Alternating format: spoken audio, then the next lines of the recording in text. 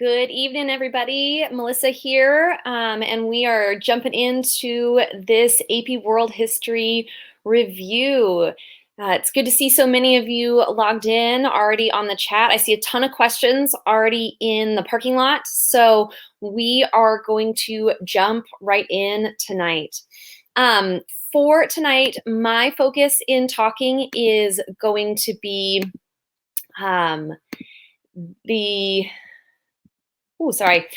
going to be focusing on the major themes in AP World History for units 5 and 6. So I'm calling this the Spice Theme Review. If you go to the call to action button at the bottom of your screen where it says click here for tonight's slides, you can download the whole slide deck for tonight if you want to follow along with that.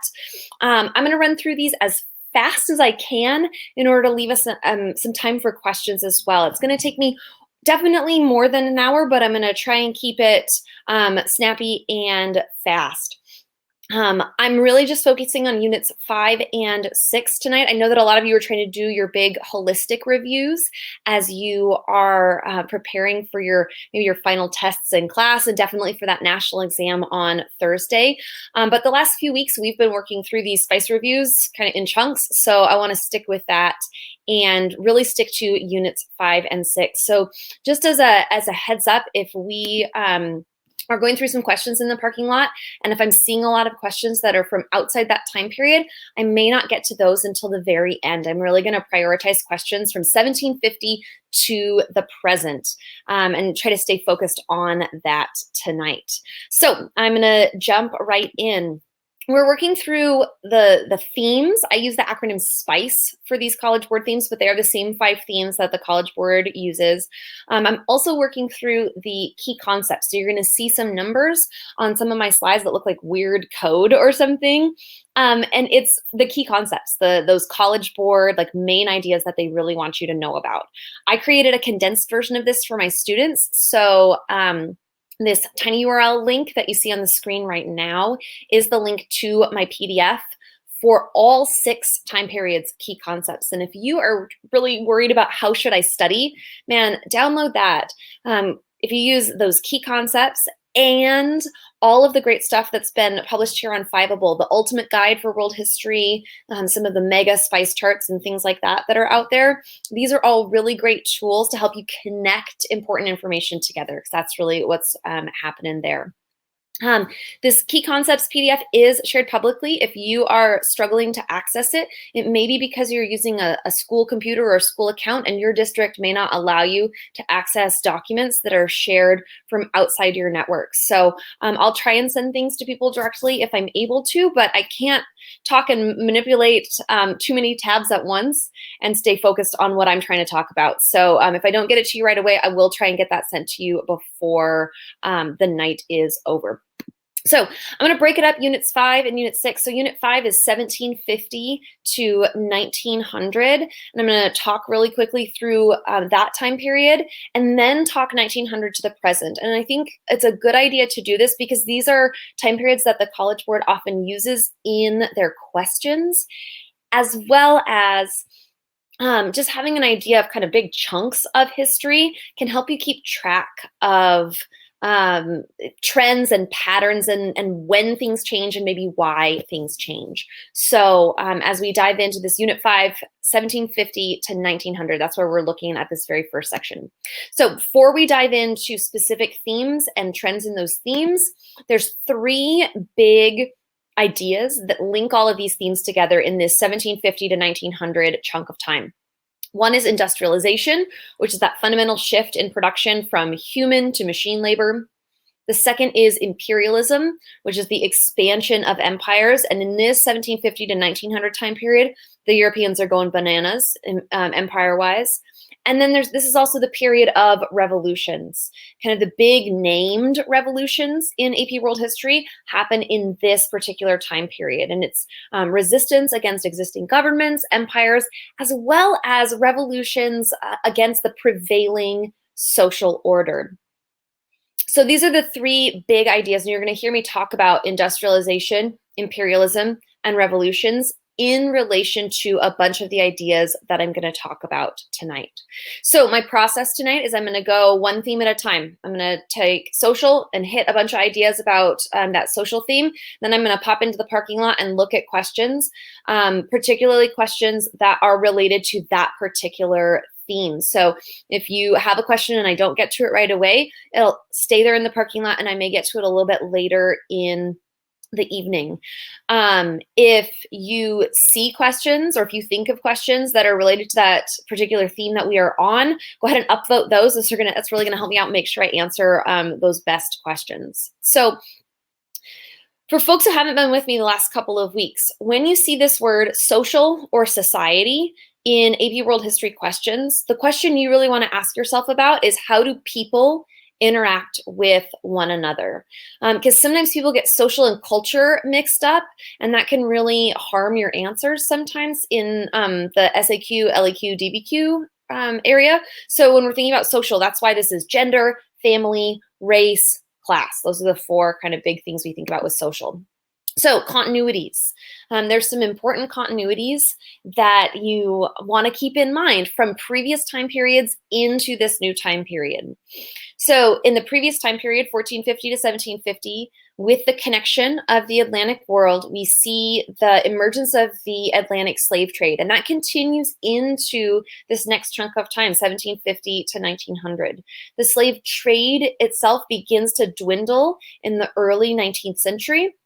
But it continues to be significant in places like Brazil and the United States in the Americas, as well as slave trade in places like within Africa and in the Indian Ocean basin as well. That's a continuity, socially speaking. The slave trade ends in different countries at different times, but as a general theme, the Atlantic slave trade ends in the early to mid 19th century. We also see a continuity of patriarchy, right? Since Unit 1, we've been seeing that as labor and societies have specialized, men's work and men themselves have been more highly valued in civilizations over women's work and women. And we see that continuity plowing right into this 19th century time period. If you also think about, right, the European conquest of the Americas and the emerging race-based hierarchies there, the racial prejudice and racial discrimination of Europeans only increases. It largely continues, but it only seems to get worse in the 19th century. Europeans start to use some of the ideas of science and progress to justify their racism, to justify their prejudice, to justify discrimination and oppression of people who don't look like them. Some major changes, though, that happen in this particular time period include new social classes as we industrialize, right? So the Industrial Revolution is that shift from human labor to machine labor. And we see with that the emergence of new social classes. And so like that would be the middle class in the cities, the industrial working class, who are different from the peasant or agricultural laboring classes in many civilizations. And so this kind of the class structure we're really familiar with in the 20th and 21st centuries really comes out in this 19th century Industrial Revolution. Family and gender dynamics shift for a couple of important reasons. Number one, in industrializing societies, we start to see people moving into cities away from farms, and we start to see the need for both parents to work outside the home. When people were farming, women definitely worked, and they worked for jobs that produce income for the family, but often those jobs could be done at home.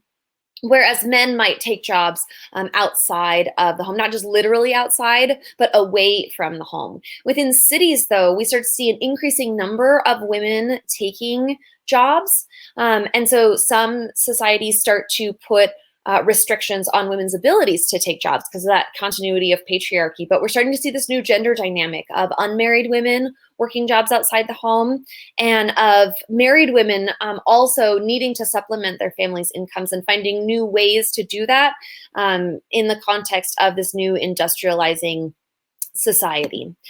We also see not only a continuity of the slave trade, but also a change. So kind of both are happening at different rates and at different times within this time period. But we see the abolition of slavery in the Western world. Starts in Europe with the abolition of slavery very early in the 19th century. And then gradually we start to see in the Americas, which is the other part of the West, that abolition of slavery by the middle of the 19th century, the United States being basically the last Western power to abolish slavery. This is the time period in which we see the emergence of Western feminism and the move for women's suffrage. I want to stop right here and tell you, suffrage, this is a word people get wrong all the time. Suffrage means voting. It has nothing to do with suffering. I know it sounds like suffering, but it is, it's not, it's voting. So that's why it's paired up with feminism. It's feminism and the kind of general movements toward women's rights and women's equality, but specifically in the West, politically speaking, women desiring equal active rights to participate in politics, the same as their male counterparts. So those are kind of the big social themes in this 1750 to 1950 time period. So we're seeing some shifts, some growth of social classes, some shifts in family and gender dynamics. The other piece of that I'll get to a little bit later has to do with migration and gender dynamics that change in societies that are non-industrialized. We have the abolition of slavery, feminism, and women's suffrage. So before I jump into my next theme, and I told you I was going fast tonight, so thanks for bearing with me. I'm going to jump in and see if there's any questions that we can answer right now in the parking lot. So let me pop these up. Excuse me. The first question is more of a kind of process studying question. It says, do you need to know dates, or will it be fine with just knowing the events and what happened during the events? Knowing the events and what happened is most important. Knowing dates is always helpful, right? The more you can at least have the general time frame of information, the better off you're going to be. And the more you can know the order of events, the better off you're going to be. So I'm seeing a lot of really good answers to this question in the text comments as well, but I just wanted to throw a little answer in there as well. Okay. Let me scroll down just a little bit and see what we've got in terms of social structure. Okay, I saw a really great one. Didn't elite women in cities stay at home like the cult of domesticity? That is a fantastic point to bring up and a question to ask. During the Industrial Revolution, we see the emergence of, in places like Britain and the United States, this cult of domesticity, this belief that a woman's ideal place is as a wife and mother ruling and running the home. Practically speaking, this only applies to elite women. Most of the most extreme forms of patriarchy really only apply to elite women. If you can remember one thing about women in world history, it's this: if women didn't work, everyone would starve to death. So it's totally inappropriate to say women started working at any given point in world history. Women have always worked, but elite women have been encouraged through a variety of social and cultural pressures to stay at home, and that is that's true in this 1750 to 1950 time period, or 1900 time period as well. I'm seeing some questions about things like capitalism and the revolutions and the Enlightenment. I am going to get to those in some later sections here. So I'm going theme by theme, okay? So let me jump in. I'll get some revolutions here because I'm going to jump into politics. Politics is about power, leadership, control, and conflict. That's what we want to think about when we're thinking about politics. So some things to think about in terms of politics is that as industrialization is happening, that has an impact on politics, including there are some political factors that lead to industrialization. For example, the College Board specifically points out things like legal protection of private property, right? Industrialization and capitalism, which we'll get to in a later slide, has to do with private property and investment of private funds in order to gain private profits.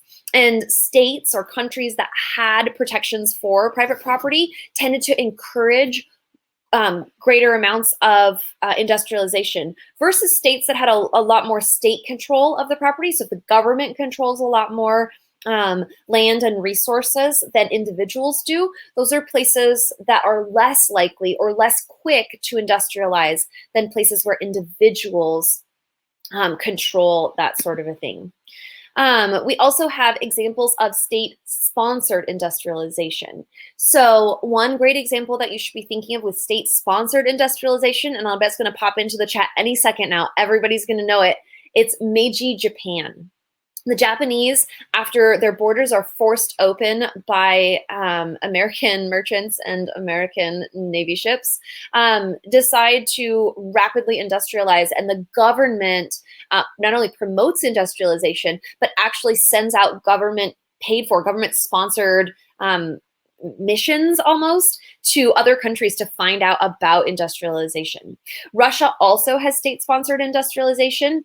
The state sponsors some industrialization in the 19th century, and then definitely in a big way in the USSR, we see state-sponsored industrialization. But in the 19th century, the Japanese are one of the most successful examples of state-sponsored industrialization, which is a little bit of a contrast to the sort of wild and crazy free market industrialization happening in Western Europe.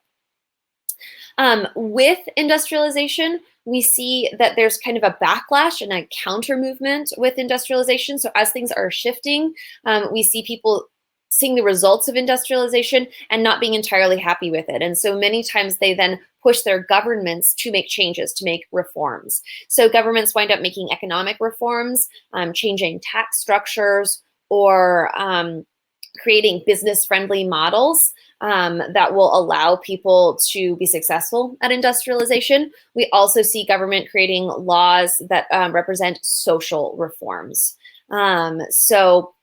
Economic reforms, again, like tax structures, we think about in Great Britain. The Enclosure Acts are an example of an economic reform. Social reforms would include things like child labor laws or minimum wage laws that are intended to maybe protect workers' rights and create a more favorable social structure. So industrialization has an impact on what governments are doing. That's one of the big topics that the College Board wants you to remember.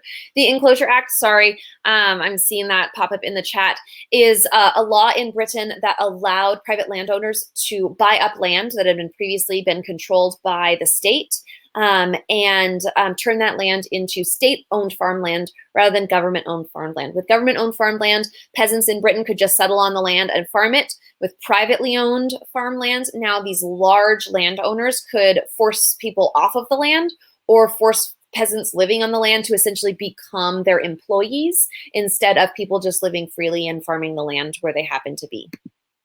All right, additionally, with politics, we've also got this imperialism theme being a really big deal. It's important to remember that the Europeans aren't the only ones growing their empires. So some existing empires were strengthened during this time period, at least early in the time period. And definitely the European empires grow and strengthen, except for Spain and Portugal.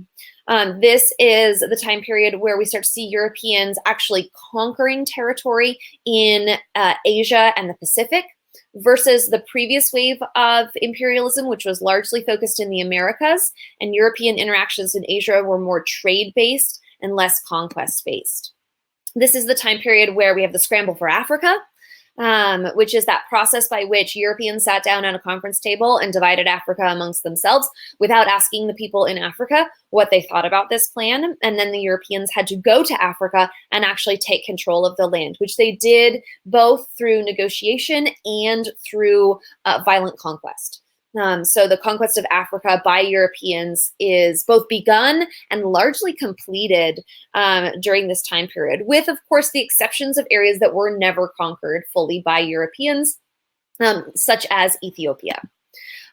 We also, as we're thinking about imperialism, we want to think about different kinds of colonies. You have the resource-based colonies where very few Europeans settled and where they tended to rely on local governments to maintain their authority and power in those regions, versus places like settler colonies.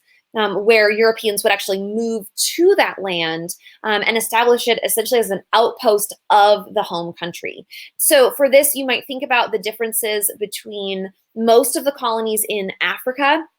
So like West African colonies, which were largely resource-based colonies, and so very few Europeans wind up moving to those regions, versus a place like Australia, which, while it starts out as a penal or prison colony, eventually becomes a settler colony where British citizens would move to Australia, settle in that territory, and create lives for themselves, fully identifying as British citizens, really until the 20th century.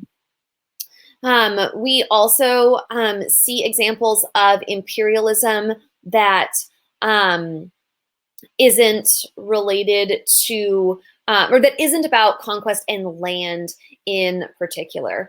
So you see these terms pop up in College Board language about neocolonialism and economic imperialism. And this is the idea that countries exert influence through money rather than instead of through just political power, but they are able to then influence what governments do in those different areas. So as Latin America becomes independent nations, it is still, as a region, heavily influenced by outside powers, including the United States, which exerts heavy influence on particularly Central American countries.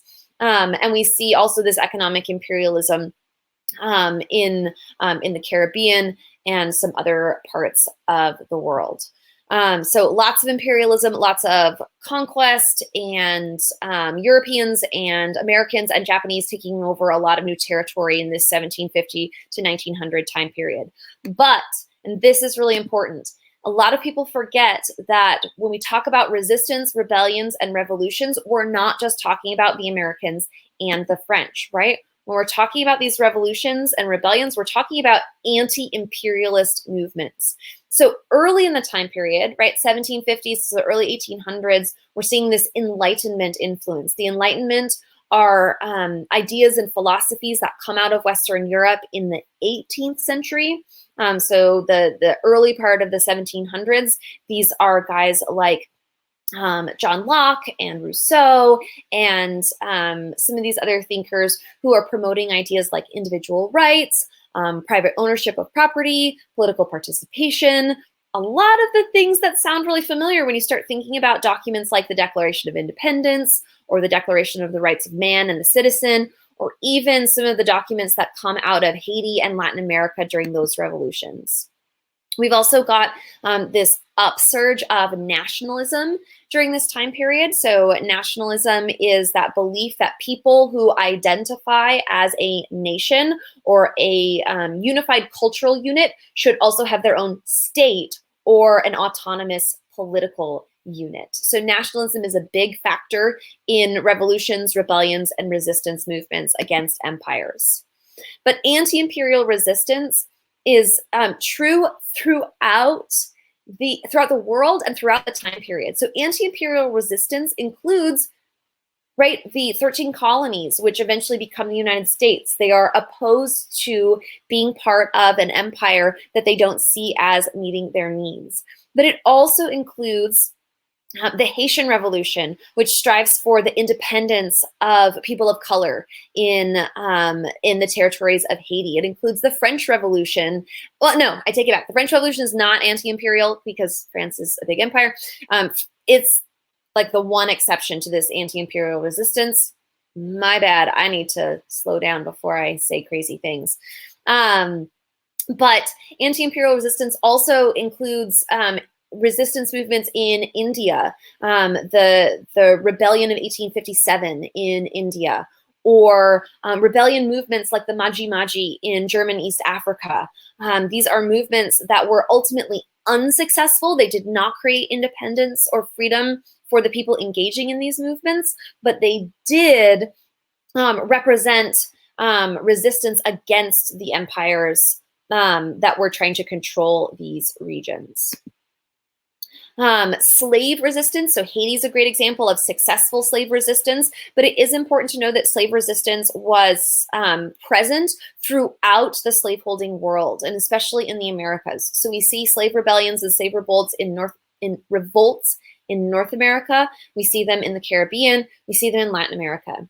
Haiti is exceptional in the sense that it's the rare example of a successful slave rebellion, but there are other movements throughout the world. And the reason I mention these two things really in particular, anti-imperial and slave resistance, is that we want to be careful not to talk about people from Africa as being somehow helpless in this whole story. They may not have been successful, but they actively and frequently tried to assert their own autonomy and their own political rights, their own political freedom, even as they were being swallowed up by these larger European empires. We also see with these resistance movements, in some cases, transnational solidarity. So movements that would bring people from different countries, not together as a unified country, but would bring them together ideologically. And so people from different countries would support one another. So for example, the United States offered support during the French Revolution to people moving against the French crown. Or we see in Europe during some of these nationalist movements, solidarity movements amongst different groups. And then definitely in Asia and in Africa, we see some examples of that transnational solidarity as well. That was a lot, and I know it was really fast, so I'm going to dive into the questions and see if there's a few that I think would be really helpful at this point before I jump into some other stuff. So there we go. Okay, Windows being weird on me. Okay, can you briefly recap the Enlightenment thinkers? Thanks. So a lot of folks here in the text comments have done a great job of giving you some good specifics, talking about Montesquieu, talking about Voltaire, talking about Rousseau, and their specific ideas that each of them are related to. There's a ton of great charts out there that you can find and think about. As we think about the Enlightenment thinkers, we want to think about like big themes and what they are associated with. So we think about challenges to religion, challenges to absolute monarchies, freedom of individual choice or individual rights in the face of government actions. All of those are Enlightenment thinkers and Enlightenment ideas that are important. And this, one of the significances of the Enlightenment is its involvement or its role that it plays in some of these early 18th century or 1700s revolutionary movements in the Americas, in France, in Haiti. All of these are awesome examples. So that's some Enlightenment folks. Let me pop in. There's a bunch of questions I'm seeing here that are looking at things I'll talk about in Unit 6, so hold that thought. Causes of Latin American revolutions, so that would include unhappiness with imperial economic policies, so mercantilism that required Latin American colonies to do business solely with either Spain or Portugal, depending on who they were being ruled by. Real unhappiness with that, a desire for individual rights, a desire for private property protections, a general feeling of oppression by people of European descent, but who were not born in Europe and felt that they were treated as second-class citizens by governments actually there in Europe. So those are some of the big causes for the Latin American revolutions. Are you able to review the French revolutions along with other revolutions too? So I've talked a little bit about some of these. For the French Revolution, right, it is a little bit of a different story than the anti-imperial movements. The French Revolution is more about responding to like domestic troubles within France itself. France didn't have enough money after fighting a number of wars itself and supporting the United States in its Revolutionary War. And they had some really crappy weather that made food prices shoot up. And so people are frustrated with their government. They're frustrated with their lack of ability to participate in government. They're frustrated with the economic policies that they see as oppressive. So really like similar ideas, the big difference being that the French aren't necessarily interested in independence because they're already pretty happy being French. They just don't want the king to be in charge of them anymore. Let me see if there's maybe one more great one. I'm seeing a whole lot of like process questions about stuff. And so I will come back to those a little bit later, but keep asking questions. I'm hanging on to them there in the parking lot. All right, our next theme, interactions between humans and the environment. Humans have an impact on what happens in the environment. The environment has an impact on what happens to humans. Causes, and if so, The environment is a big thing when we think about causes and effects of industrialization, right? We have this massive shift from human-based labor and like human direct influence on the environment to now machines doing a whole bunch of stuff and the changes that has on the environment. So when we think about causes of the industrialization, we want to think about places in the world that would be most likely to industrialize first or fast. Britain is a fantastic example. Britain has a lot of factors going for it for industrialization. It has a lot of navigable rivers, which allow things to be transported quickly. The rivers are also then good as an early power source for early factories and machines. Britain also, it turns out, has an easily accessible supply of coal, which as the transition from water-powered machinery to steam-powered machinery happens, provides them with a cheap source of fuel.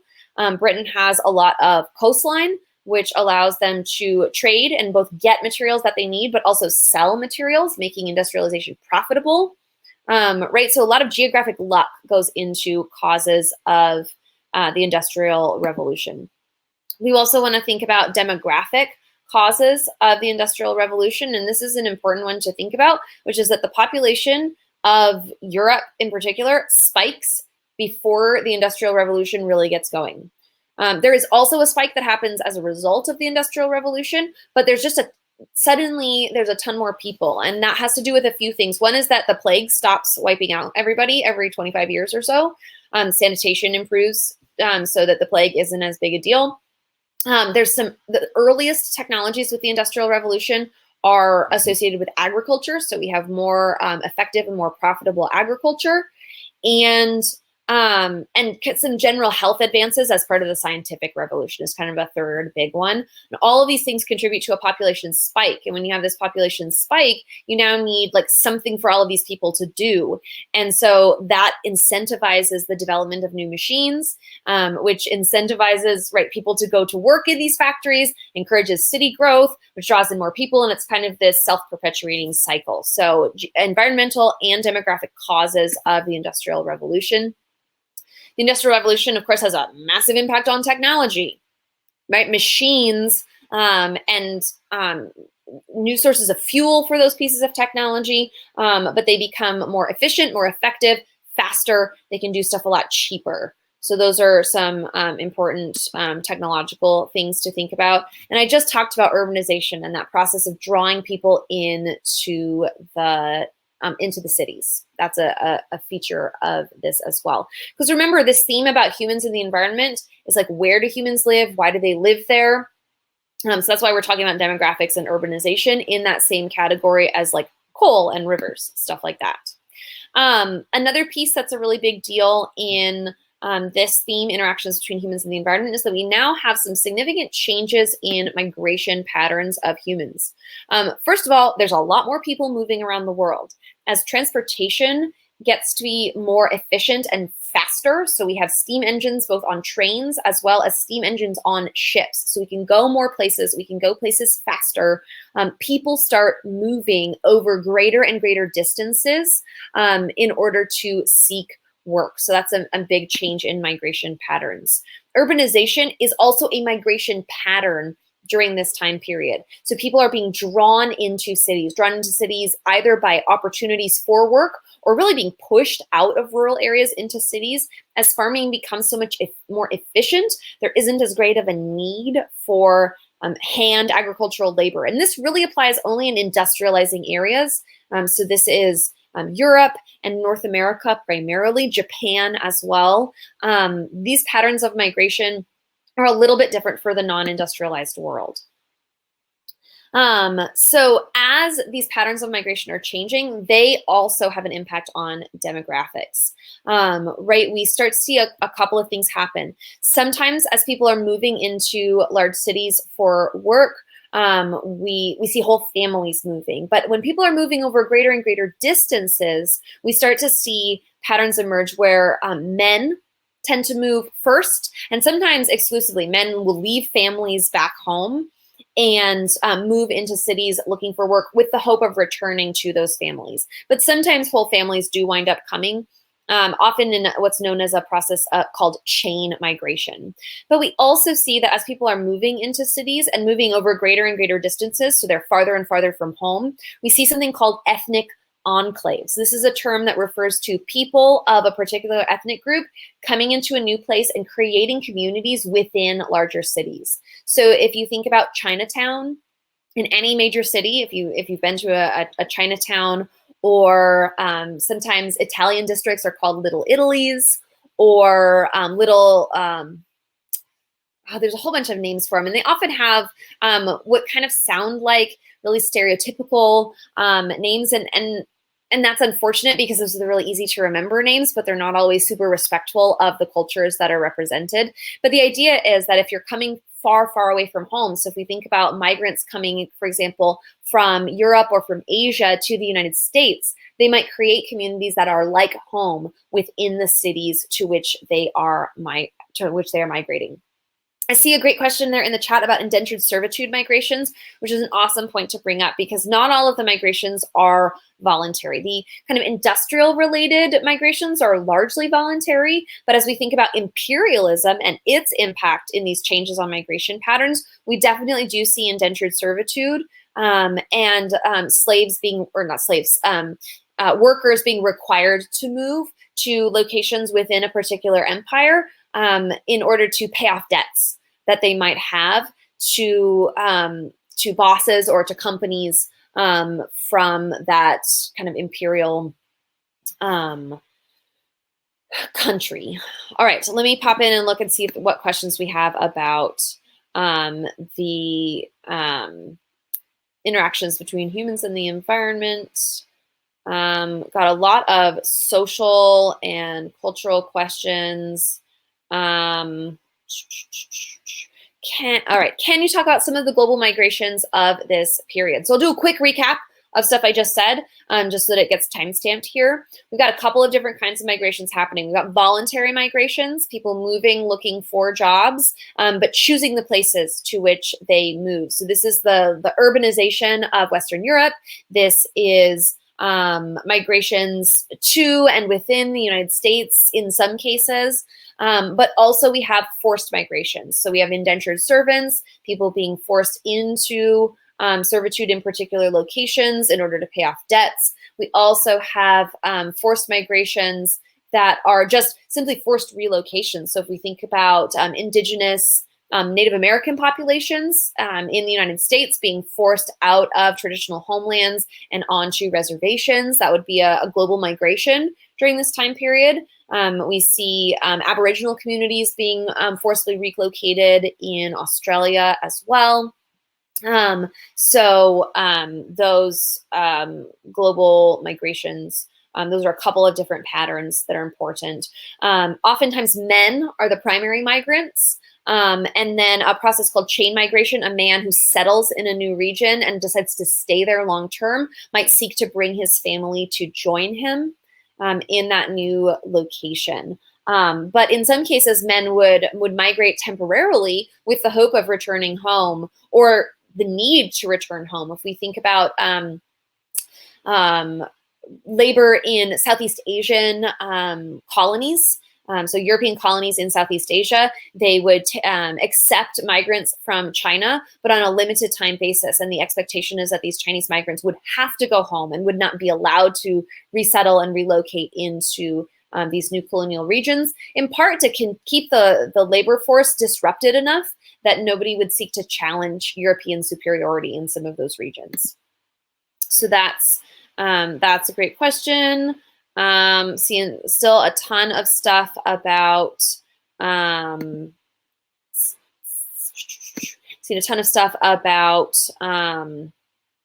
time period 6, so we will get back to some of that. I'm also seeing a handful of repeated questions, so I am deleting a few of those just because they're repeats, and it allows me to make sure that I'm getting to as many new questions as possible. All right, next up we've got culture. Now culture, remember I said people get confused between social and cultural themes. So culture is about expressions of people's beliefs, values, and identity. So in terms of culture, there's some things happening with religion in this 1750 to 1900s time period. The Enlightenment in Europe and North America really challenges people's beliefs about religion as people start really valuing individuality and creating an identity that is about their own unique personhood and less about their membership in a particular community. It also leads people to question the authority, not only of the government, but also of the church. And so we start to see challenges to established religion. And it doesn't mean that everybody suddenly becomes an atheist, but it does mean that we start to see people rejecting traditional forms of religion, and even some people actually becoming atheists and disavowing religion altogether. So there are Enlightenment challenges to religion that are really important. Religion continues to have an influence on imperialism as one of the factors that promotes imperialism by Europeans. I had a college professor who talked about motivations for imperialism in Africa as the 3 Gs: God, glory, and gold, right? The move to civilize / westernize / Christianize countries by sending missionaries along with the imperial governments, as well as the desire for Europeans to just be more awesome, glory, and gold to get rich. Imperialism is influenced by religion, by the desire of different churches, different groups to promote their particular branch of, especially Christianity, their particular branch of Christianity into different parts of the world, for devout people, with the desire to save the souls of people that they were encountering, but also used by governments as another way to justify their particular actions. Along with religion, though, we mentioned nationalism as a political factor, particularly towards revolutions, but it's also a cultural development where people's cultural identity becomes identified with their state identity. So people start thinking of themselves now not as members of village or city communities or of religious communities, but they start thinking of themselves as French or British or German or Italian or American or Japanese. So we start to make these labels and these titles for people based on the place that they are from. And that's a really big deal in this time period because it has some impacts on revolutionary movements, but also on unity movements, trying to bring countries together. So we've talked about countries that were broken apart because of nationalism, but we can also think of Germany and Italy that are countries that come together from fragmented, decentralized, either city-states in Italy or princedoms in Germany, that now create this whole new national identity and say, hey, we have this shared cultural experience, shared language, shared religion, shared traditions, shared land area. Maybe we should make a country out of this and form a government that's going to represent this particular cultural identity. So nationalism isn't new in the 1750 to 1900 window, but it's a really big deal.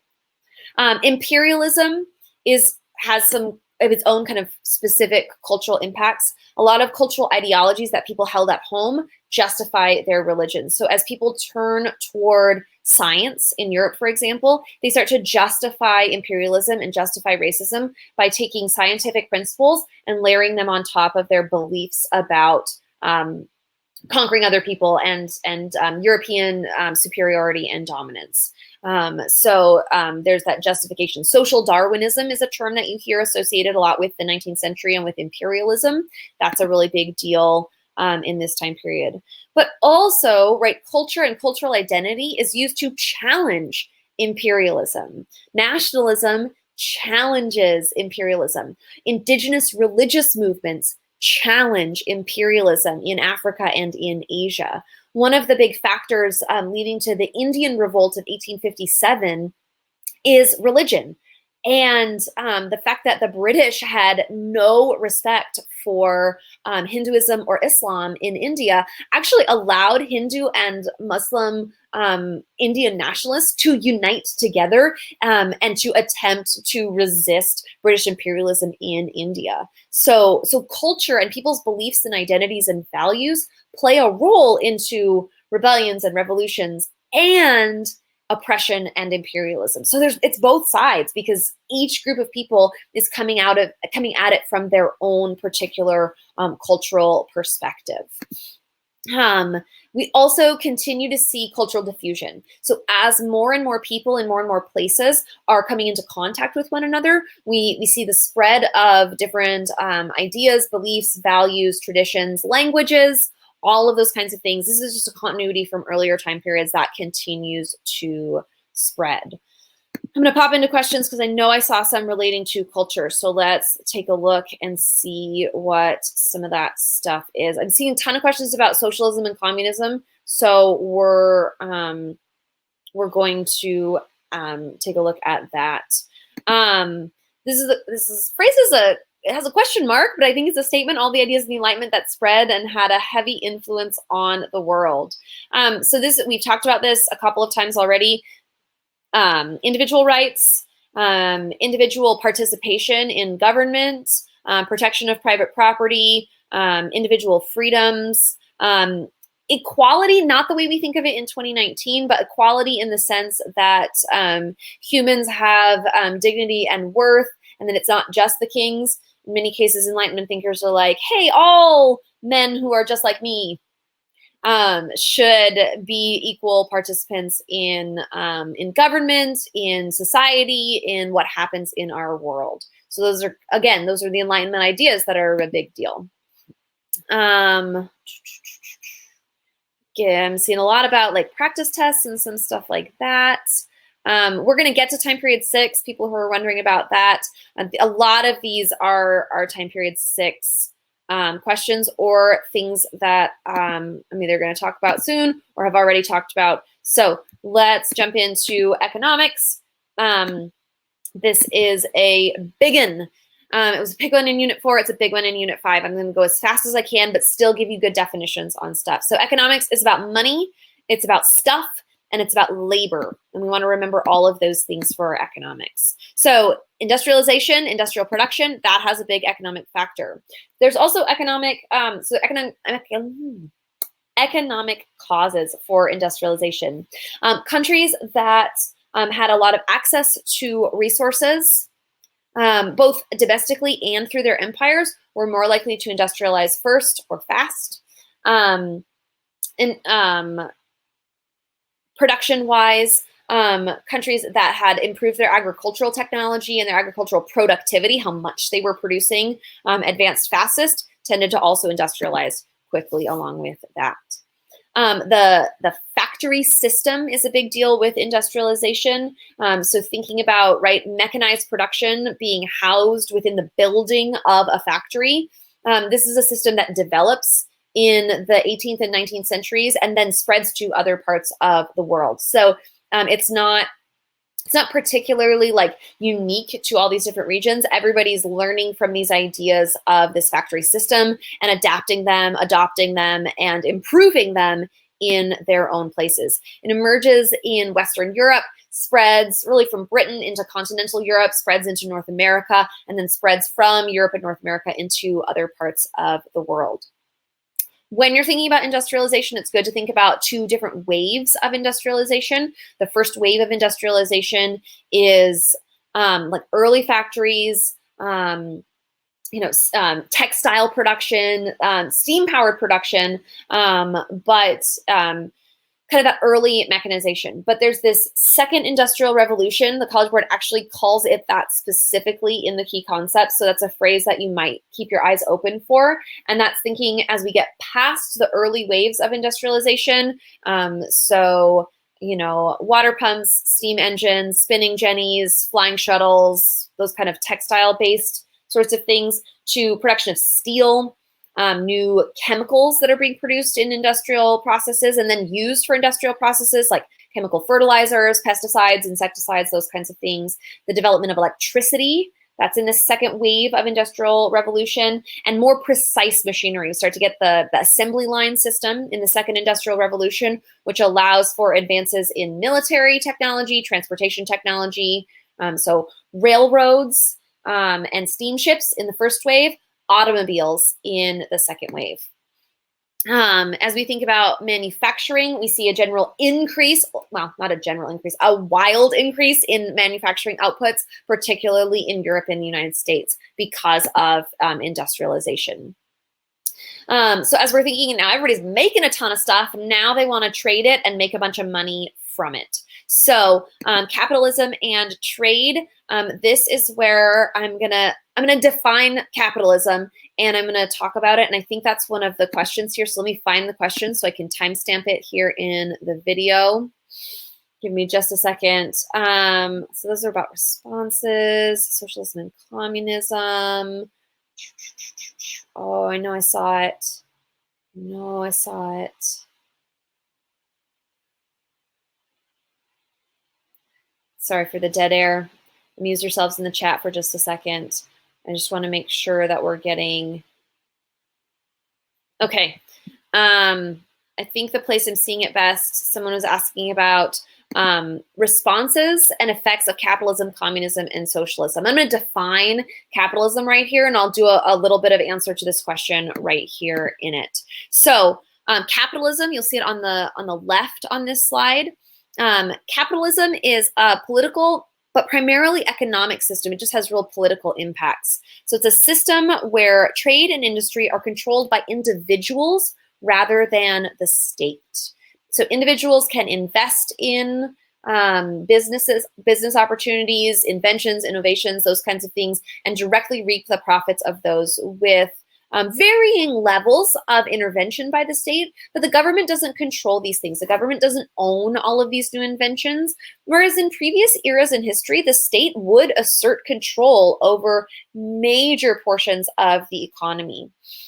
And so one of the significances of capitalism is that it incentivizes competition both between individuals and countries, but it incentivizes competition.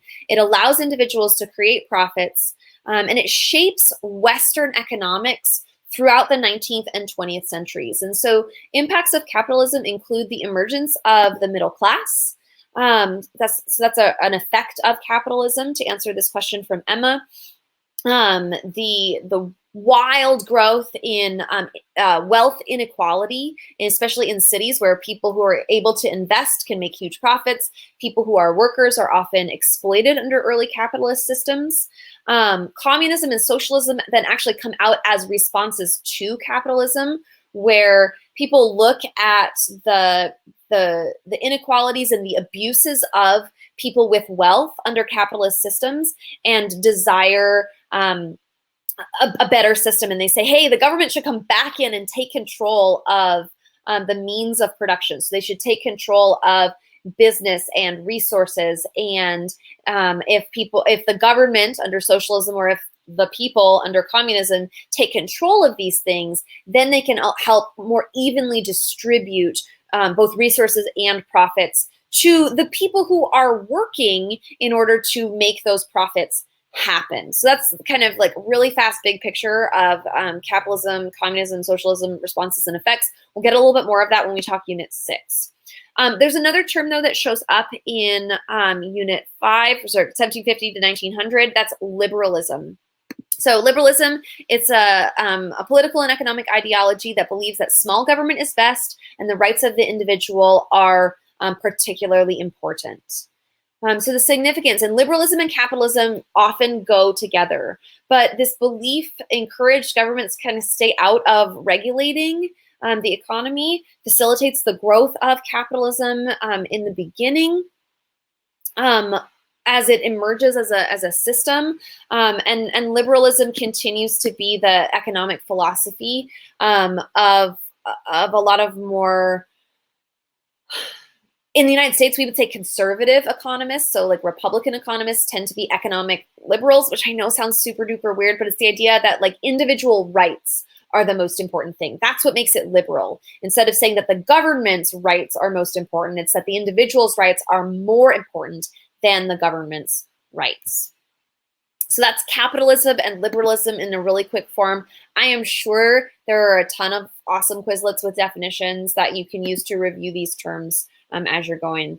So capitalism and trade, capitalism and liberalism are big terms you need to know in this unit.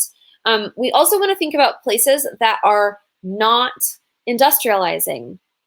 And these are our export economies, economies that are based not on the production of goods necessarily, but on the export of resources, especially raw materials. Then we start to see some countries specializing as single export economies, and so they tend to focus on one particular resource or product that is needed in the industrial world.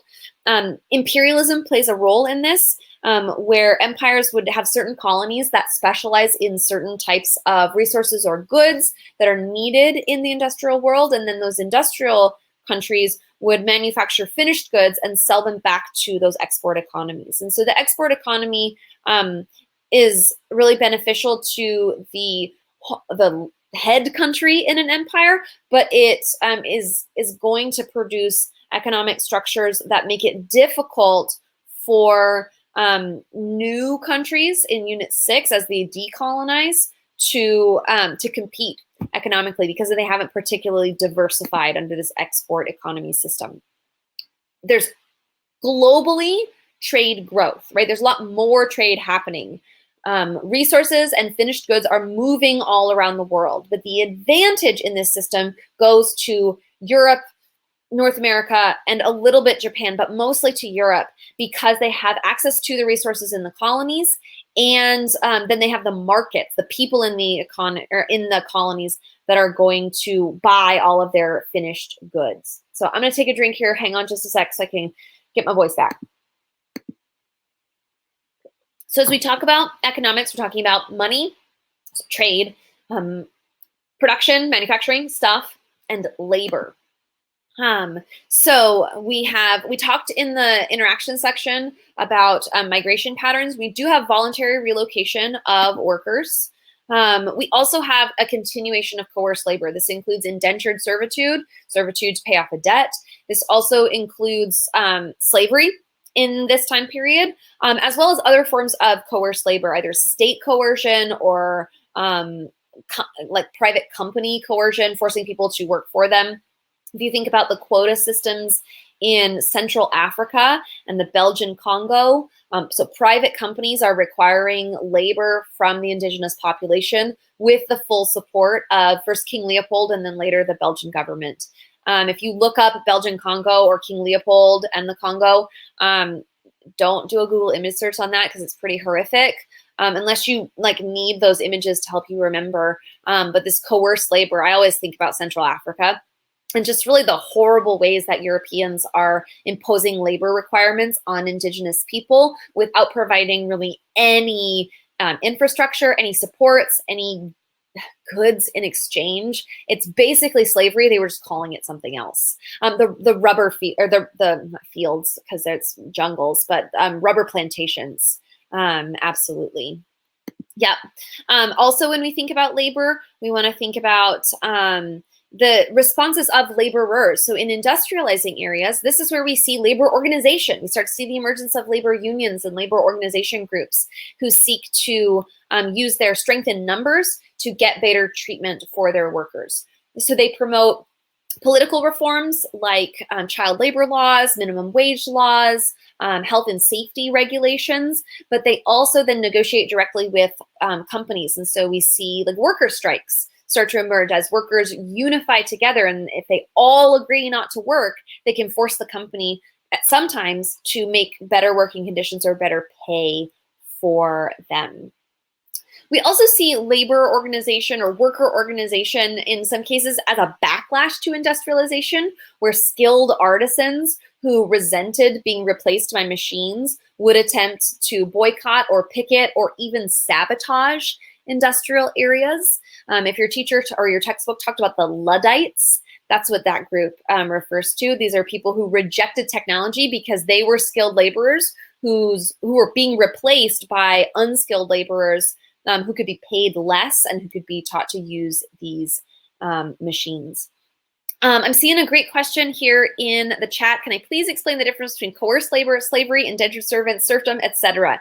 Here's the short version. Coerced labor is the big umbrella term. So anybody who's forced to do work that they didn't necessarily choose is a coerced laborer. Underneath that, you have different forms of coerced labor, which includes serfdom, where they're technically free peasants, but they are so poor and they're kept poor by the lords above them that they functionally can't go anywhere else. And so they have to continue working on the lands of the Lord in order to feed their families. Indentured servants owe a debt to an individual or to a company, and they have to labor for a certain length of time in order to pay off that debt. Slaves are considered legal property of an individual or a corporation. And so all of these are forms of coerced labor. Okay, I'm going to pop into the questions and see if we've got any important economic questions from Unit 5 that are a really big deal. There's a ton of questions about Unit 6. There's also a lot of questions about how to answer questions, and I will tackle those if I can at the end of this, but I'm really trying to do content stuff today. I know that there are some other sessions, there have been some other sessions about tackling those other questions, so keep an eye on Fiveable for seeing, or to see when those other things are gonna show up. Okay, one last question that I'm seeing that's specifically Unit 5, so I'll answer right here. Was the Berlin Conference part of the Scramble for Africa? Yes. David gave a great response there in the text. It kicked it off. All right. I'm going to jump into Unit 6. So a lot of this stuff from Unit 5 carries forward into Unit 6. So all these things we've been talking about don't just stop at 1900. They're going to change and they're going to transform as we go through from 1900 to the present, right? So we look at our world today, it doesn't look identical to what I've been describing in that 1750 to 1900 time period. But it's good to think that all the stuff we've just been talking about carries forward into the beginning of the 20th century. So with that in mind, social stuff, interactions between people with one another. Let me go back a slide. So thinking about women, big themes for women in the 20th century is an increase in women's political participation. We talked about the emergence of feminist movements in the West in the 18th and 19th centuries and the push for women's suffrage. That continues into the 20th century. And we start to see women's suffrage being successful. Women gain the right to vote throughout the world. First in many of the Western European countries, Northern European countries, gradually in the United States. And then as new countries start to form, women are granted equal political participation to men. So the vote is a big part of it, but we also see an increase in women's political participation in government itself, because as soon as women are able to vote, women then start trying to run for office to varying degrees of success, depending on where in the world we are talking about. So we see, for example, the United States has had women governors, women senators, women representatives, but not yet a woman president. Whereas in parts of Africa, we've had countries with multiple female presidents. We've had female prime ministers in India. We see women at high levels of political participation in China. But we also, though, continue to see places where women's political participation is restricted to varying degrees. For example, in Saudi Arabia, women can only vote with permission from their male relatives. So it's not 100% like women are suddenly doing everything everywhere all the time, but there's an increase in women's political participation. We also, for women, need to take into account some technological changes. So the development of birth control that women can control for themselves has a huge impact on sexual practices and sexual expectations for women in the West. Not everywhere in the world, but also, but in the West in particular, we do see that kind of that sexual revolution. It's going to be a big part of your U.S. history classes if you haven't taken those yet. Next year, you'll be talking about that because it's a big deal in the U.S., but it's also a big deal throughout the world as women's access to medical care changes. Then the way that women behave socially, their interactions with each other, with men, those things change as well. When we think about ethnic minorities, and so depending on where you are in the world, different groups are going to represent ethnic minorities. But ethnic minorities throughout the 20th century are frequently targets of violence. I saw a question, I'll see if I can pull it up here, don't know if it will work. but asking about Armenians. And so this is a place to think about that, where ethnic minorities here we go. The question is, Armenians, give them to me. I forgot everything about them. And Armenians are a good example, but they're not the only example of an ethnic minority targeted by the state for persecution and specifically violence. So during World War I and after World War I, Armenians are targeted. So they're an ethnic minority group within the Ottoman Empire, targeted as a fairly major genocide in that region in the early 20th century. But if we're talking about ethnic minorities in general, right, we could think about the Holocaust, we could think about the genocide in Rwanda, is ethnic violence and ethnic minorities being targeted and persecuted. We can also think about other regions as well that aren't necessarily to the same scale as the Holocaust or the Armenian genocide, but where ethnic minorities continue to be targets of violence and seen as scapegoats or people to blame when things go badly in those countries. Ethnic minorities, though, also, they're not just targets, they're also humans, and so they challenged governments, and in some cases challenged governments for independence, for freedom. So for example, the Greeks within the Ottoman Empire challenged the Ottoman state for their independence and actually fight against the Ottomans towards independence in the early 20th century. And we see that, again, throughout the 20th century, that ethnic minorities are not content to sit and be targets within their own countries, but often either respond or enact movements of their own, sometimes peaceful, sometimes very violent movements, in order to challenge what they perceive as oppressive governments. And usually they were being oppressed, so it's a right perception.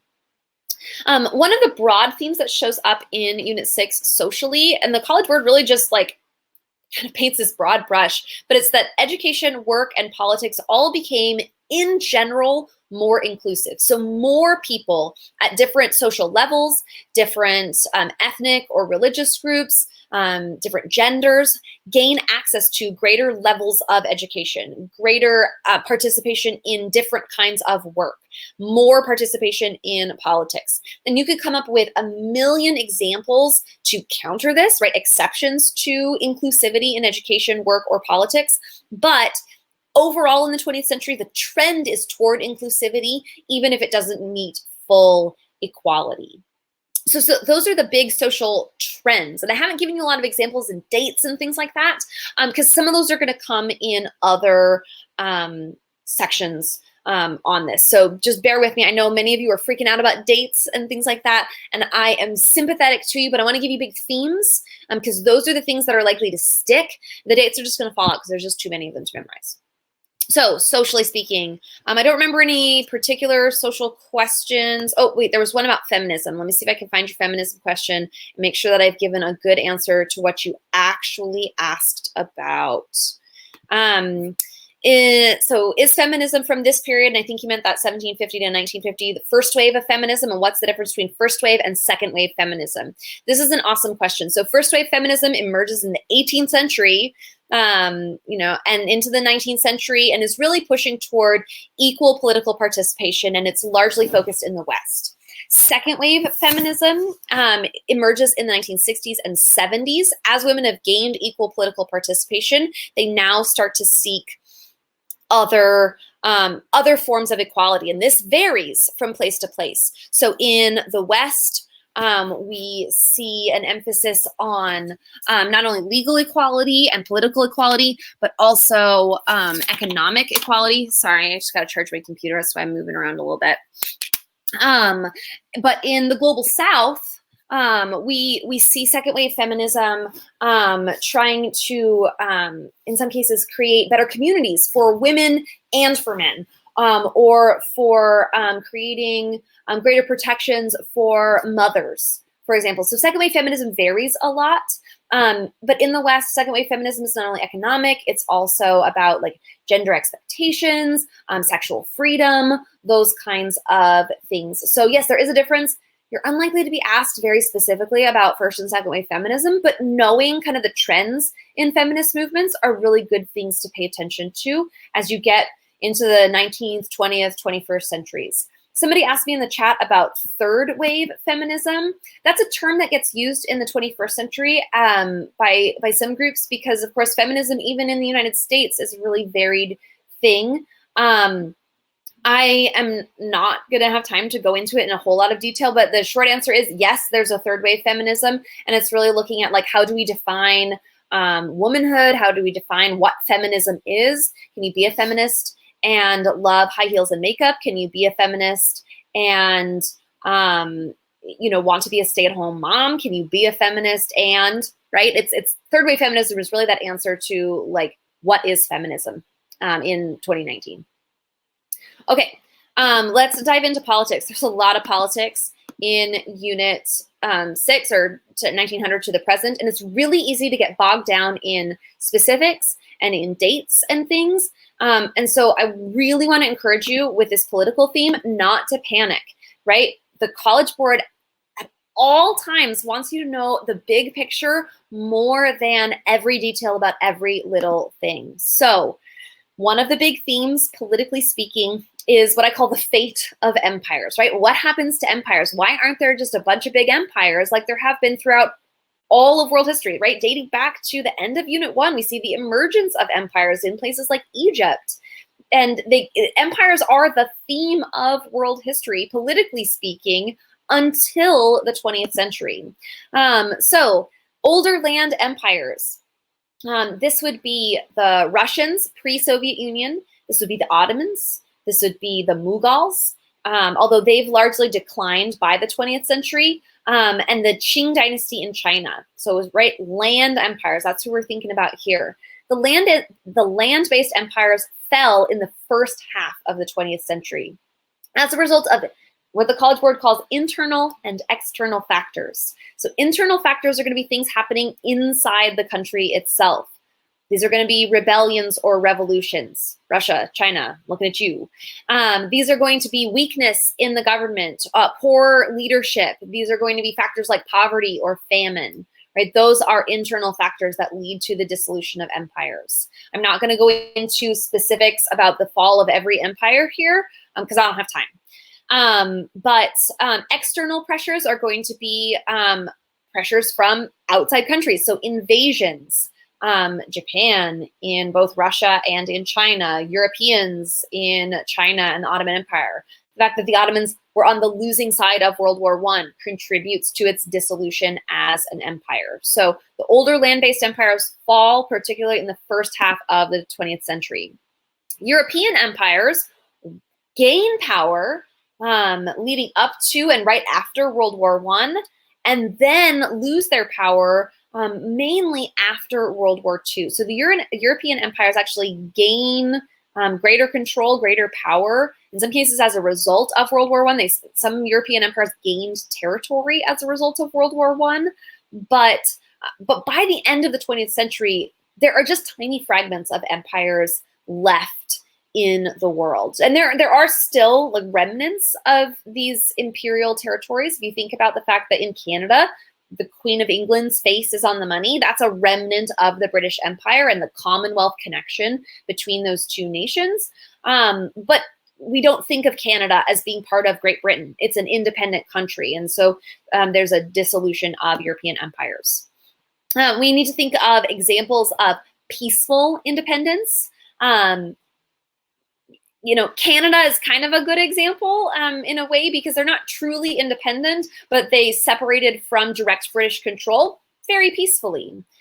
India would also be an example of a largely peaceful independence movement negotiated by the British government with what would become the new Indian government. But we also then have examples of specifically violent independence. And the reason I put India in the peaceful camp is not because there wasn't violence in India, because there was a ton of violence in India. But most, not all, most of that violence was internal and was not directed specifically at the British government. Versus Algeria is probably my best example of violent independence movement in the 20th century, because the French in Algeria fought for about 30 years, actively violent, like military-style conflict. Vietnam would be another good example of a violent independence movement. The Vietnam War starts as a colonial war for independence against France, and then becomes a broader ideological conflict as a result of the Cold War, which I'll get to here in just a minute. So the fate of empires. The land-based empires fall early, the European empires rise and then fall. As the empires are dissolving, we want to think about examples of both peaceful and violent independence movements. We also think about, right, what do the politics of these new countries look like post-independence? And we tend to see a trend towards authoritarian governments where an individual will have significant authority over the country as a whole. And it's not to say there is no democracy in newly independent nations, but many of the democracies were unstable and unable to create economic success or political stability. And so people ran them out of town and tended to support the rise of military dictatorships or other strongman dictatorships that tend to emerge in the 20th century in newly decolonizing areas. There are tons of exceptions, and there are places that went authoritarian and then went back to democracy. So this is kind of broad trend rather than everybody everywhere did the same thing. Global conflicts are another big theme, politically speaking, right? We need to know about the causes of those conflicts. So when you're thinking about World War I, World War II, the Cold War, don't try and memorize everything about every country everywhere. Think about it in terms of what are the causes. So thinking about what are the causes of World War I, and a lot of those are the things we just talked about in 1750 to 1900, right? The competition between Europeans as they industrialized and created their massive empires created the conditions that allowed for World War I to happen. When we think about World War II, causes of conflict, we think about the Great Depression, we think about German anger over the results of World War I, we think about Japanese anger over being denied a mainland empire after World War I. We think about the blame of minority populations by their own governments. And so the rise of fascist and Nazi and totalitarian movements. Those are causes of conflict for World War II. As we're also thinking about global conflicts, not only causes of the conflicts, but one of the major effects of conflicts in the 20th century is the rise of total war. Remember that total war is a war in which a country's entire population, both military and civilian, become not only targets of war, but participants in the war effort. So we want to think about both military examples of total war, the draft, right, conscription, bringing people into the military, in some cases involuntarily, but also civilian contributions to total war efforts, rationing, women moving into factories in order to support the war effort, victory gardens, those kinds of things. Another impact of these global conflicts is a shifting balance of political power. So we see that in the first part of the 20th century, power is heavily, heavily located in Western Europe. But by the end of the 20th century, the balance of political power has shifted away from Western Europe and towards the United States. For a large part of the second half of the 20th century, towards the Soviet Union. By the end of the 20th century, not so much because the Soviet Union is gone, but political power has also shifted to some of the economic powers in East Asia, and European dominance is no longer like the stranglehold that they had at the beginning of the century, in part as a result of these global conflicts. The Europeans don't come out all that well from these really big conflicts. The Cold War itself, there's a whole bunch of key concepts specifically about the Cold War. So we think about causes of the Cold War, the ideological conflict between the United States and the Soviet Union, the desire for communist countries to spread communism, the desire for the United States to stop countries from spreading communism.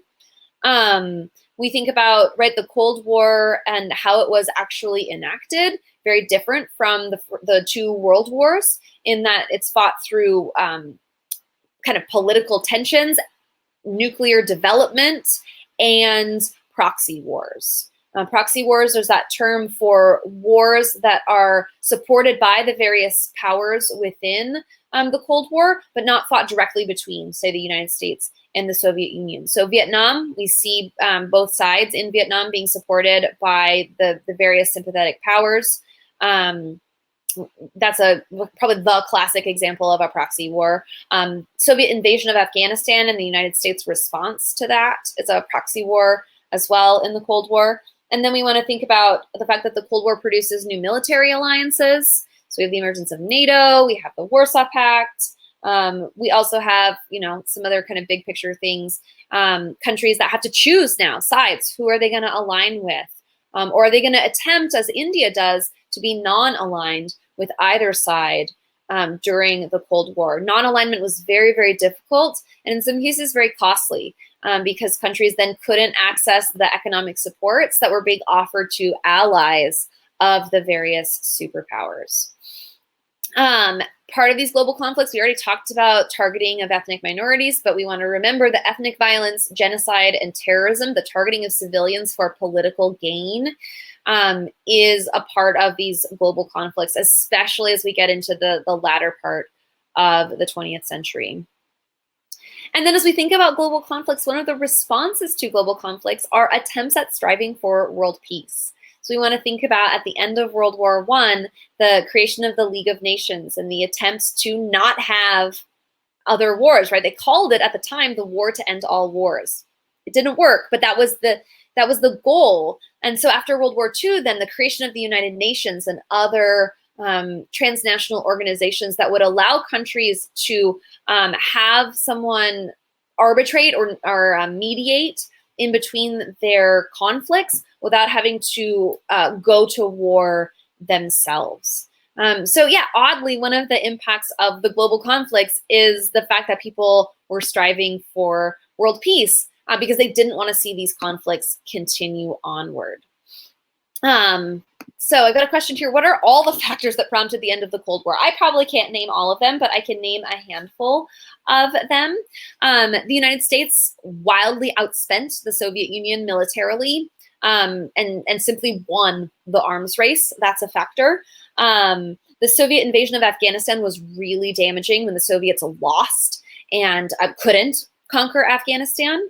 Economic weakness in communist countries that led to resistance movements in places in Eastern Europe, especially. If we think about Hungary and Ukraine and Poland, desiring a lifestyle more like the West and less like communism, resulted in instability and the rejection of communism.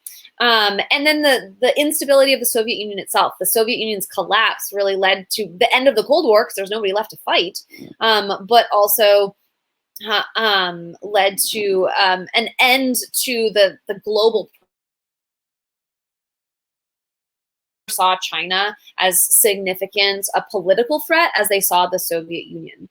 Certainly the communism was problematic to the United States, but the fact that China remains, at least in name, a communist country isn't as politically terrifying as the existence of the Soviet Union was. So those are some factors that ended the Cold War. There's probably a bunch more. I'm going to answer this question right now.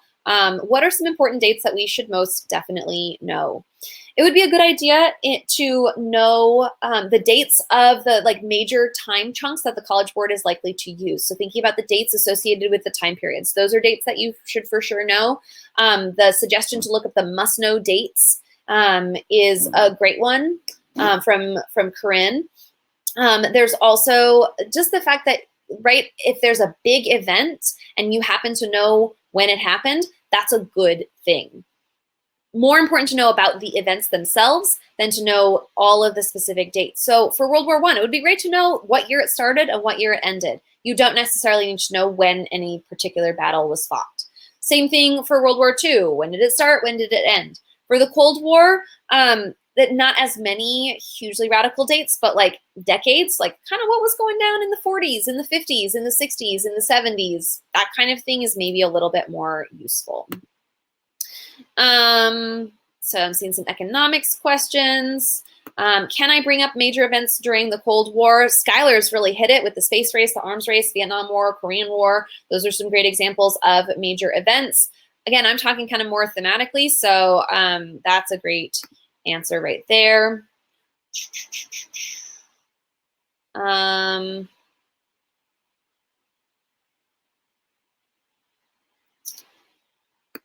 As I've been taking practice tests, I've noticed that these tests focus a lot on the Middle East throughout period 6. Do we need to know everything about what happened during this period within this area? What I would say is that the College Board likes to ask questions about regions that are not Europe. The College Board, when teachers are writing our syllabus, they tell us that no more than 15% of our course should be focused on Europe. And it's really tempting to get Eurocentric during Unit 6. So my encouragement to you would be not to freak out or obsess about the Middle East in particular. I think that your practice tests are maybe appropriately, maybe overemphasizing. I don't know which practice tests you were looking at to know for sure, but they're emphasizing the fact that you do need to know about places that aren't Europe. So you should know some trends in the Middle East. You should know some trends in India. You should know some trends in Africa. You should know some trends in Latin America in order to be sure that you have some knowledge. You don't have to know everything about everything, but you should know a little something about all of those regions in order to make sure that you're not just relying on your European and American knowledge for time period 6.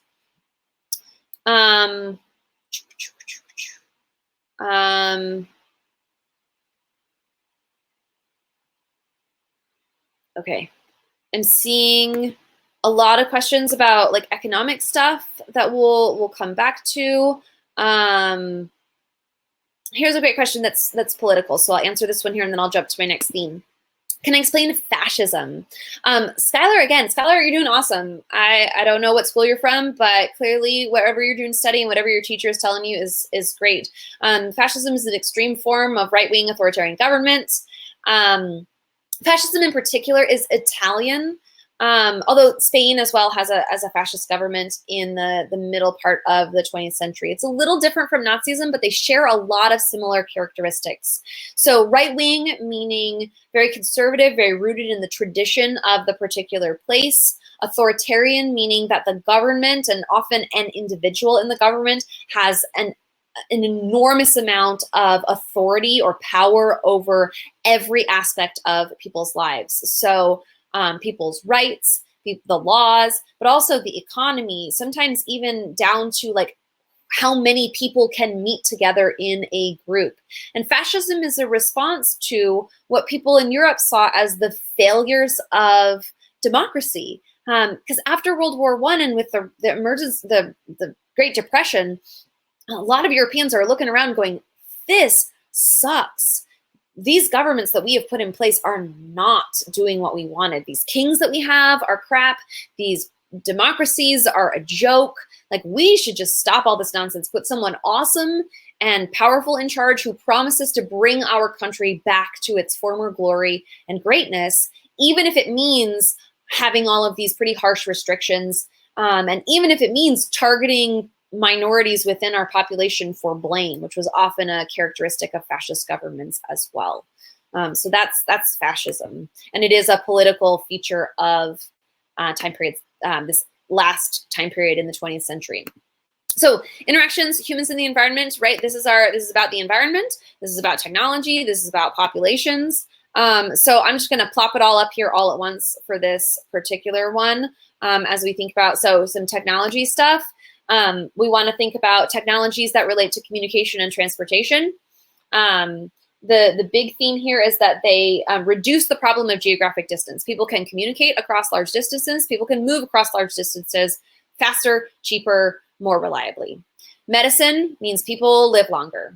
The military, more people die because the weapons are increasingly better. That sounded weird, but you know what I mean. Throughout the 20th century, and they can kill more and more people. So a lot more war deaths and war casualties as a result of increasing military technology. The Green Revolution is something you should recognize by name. You don't need to know a ton about it, but you should know some things. Like, you should know that technologies used to improve agricultural production result in a larger food supply and population growth in parts of the world. This does include Genetic engineering, this also includes things like chemical fertilizers and other agricultural technologies. We also want to think about energy technologies, so the rise in the use of fossil fuels, from coal, then to petroleum products, natural gas, as well as nuclear power, and the impact that that has on human populations, as well as production, economically speaking. Also, we need to think about disease when we think about humans and the environment. Even with all of these medical developments, we see the persistence of poverty-related diseases. So diseases associated with poverty would be often things associated with bugs or dirty water.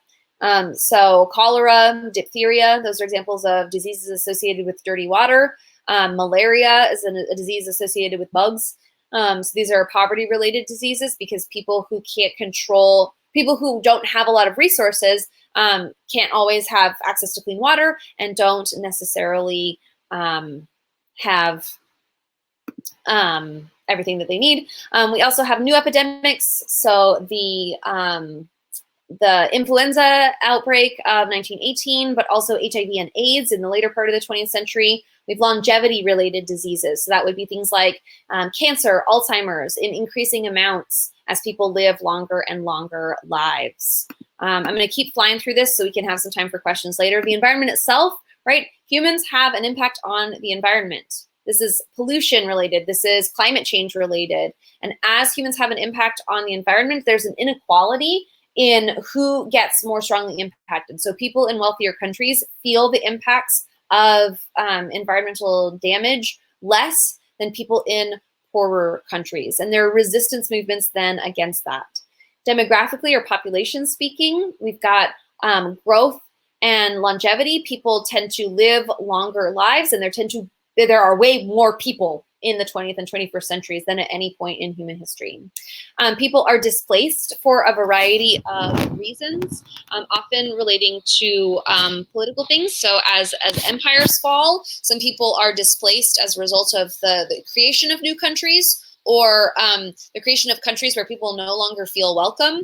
Examples, we think about displacement and resettlement in India and Pakistan, and the populations that move into those regions. We think about the continuing conflict over locations and settlements of people within Israel and Palestine.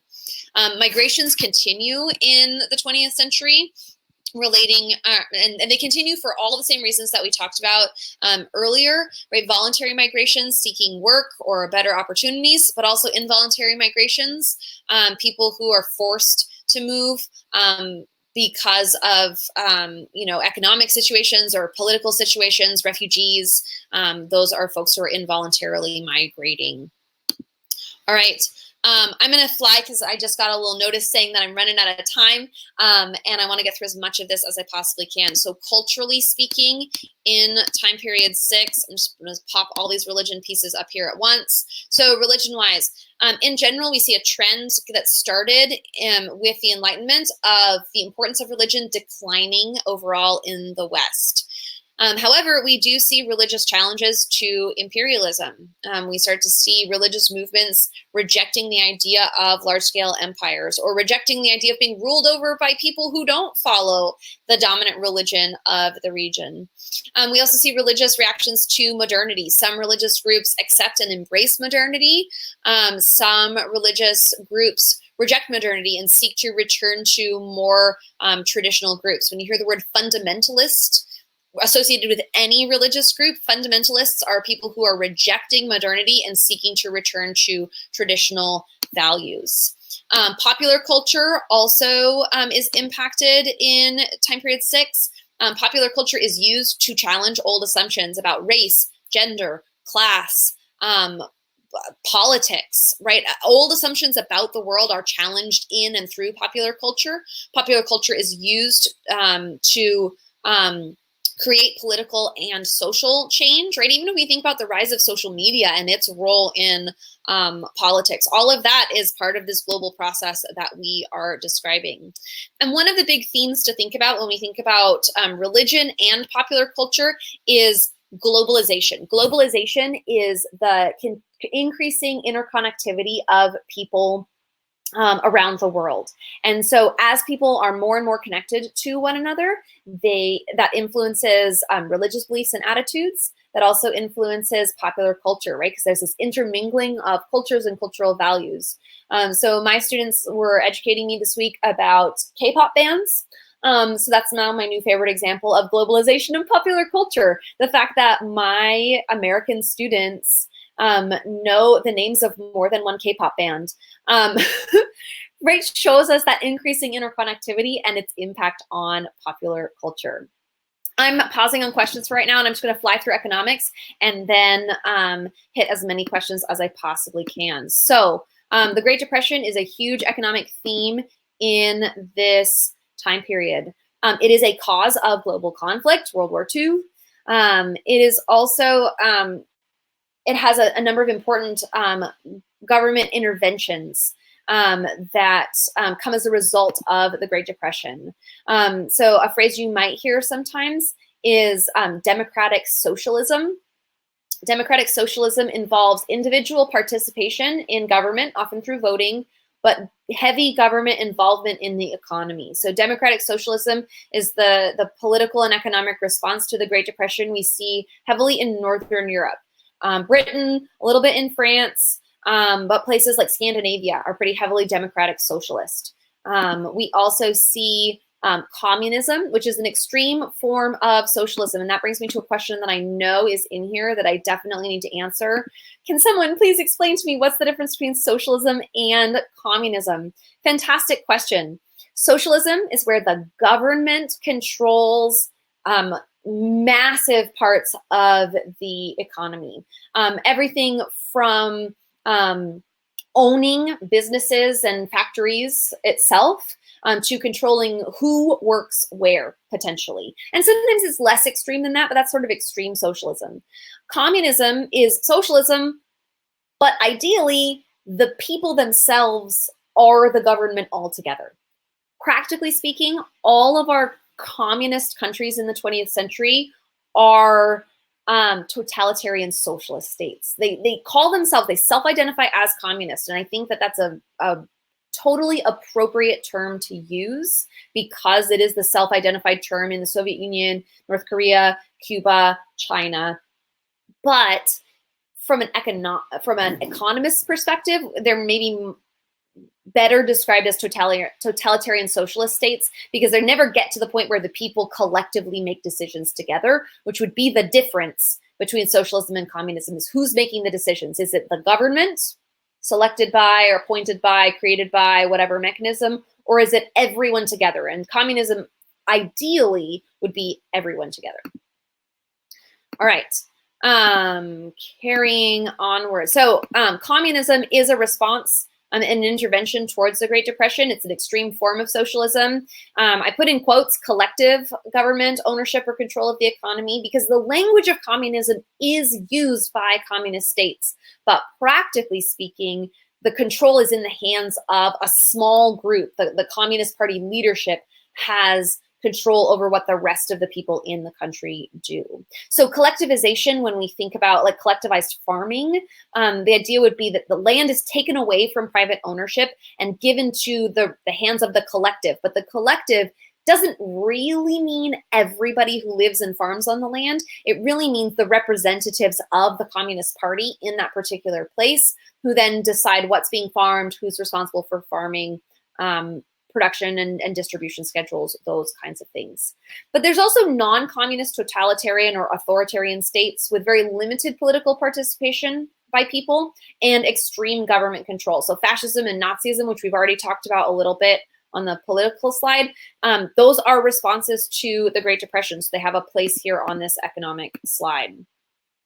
Along with the Great Depression, another big economic theme that you need is to think about is free trade. Free trade was a challenge to communist states, right? As communists looked out at the world and saw the benefits of free trade, the fact that people had cool stuff that in communist countries you couldn't get, that made people unhappy and led to challenges to communist states. It's increasingly popular in the late 20th century. Really, by the end of the 20th century, just about every country, including communist China, is engaging to some degree or another in free trade activities, which means that businesses can trade with whomever, wherever. The idea, like economically speaking, behind free trade is to eliminate barriers to trade. So like government restrictions, government protections, those kinds of things, they're not entirely gone, but they're much diminished by the end of the 20th century. Along with like free trade as an idea, there are also free trade related institutions and agreements. So the World Bank, the World Trade Organization, those are institutions that are designed to facilitate free trade.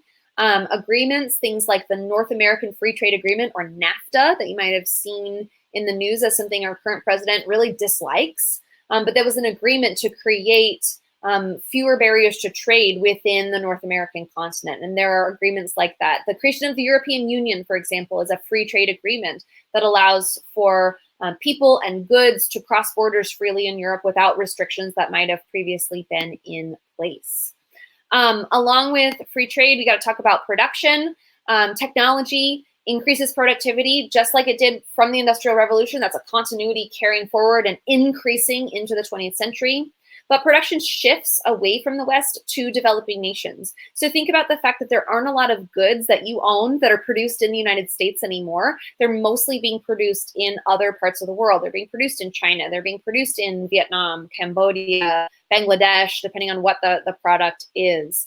I just learned recently that Costa Rica is a major producer of like microchips for computers.